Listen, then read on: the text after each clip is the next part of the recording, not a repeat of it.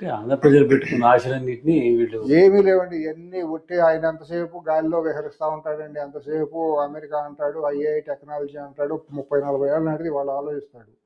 ఇవాళ ఈ పూటకి సాయంత్రానికి పేదవాడికి, కూలివాడికి ఏం కావాలి, నిరుద్యోగికి ఏం కావాలి అనేది వాళ్ళు ఆలోచిస్తారండి. ఆ రోజు అది ఆ పూటకి అది నాకు అందినాడే గొప్ప నాయకుడు. అవును.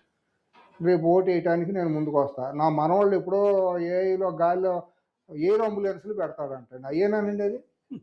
అర్థమేమన్నా ఉందా అసలు? ఎయిర్ అంబులెన్స్‌లు ఎక్కడ? నీ ఎకానమీ ఎంత? నువ్వు చెప్పే మాటలేంటి? దీర్ఘకాలిక ప్లాన్లు ఉండాలి. స్వల్పకాలిక ఆయనెళ్ళి అక్కడ తూర్పుగోదావరి జిల్లా రాయవరం వెళ్ళిపోయి బ్లాక్ చైన్ టెక్నాలజీ గురించి ఆ ఊళ్ళో లేబర్ ఆళ్ళకి చెబుతాడండి. ఆ కూలీ నాలి చేసుకునే గ్రామీణ స్థాయిలో వాళ్ళకి బ్లాక్ చైన్ టెక్నాలజీ అంటే మీకేమన్నా తెలుసా?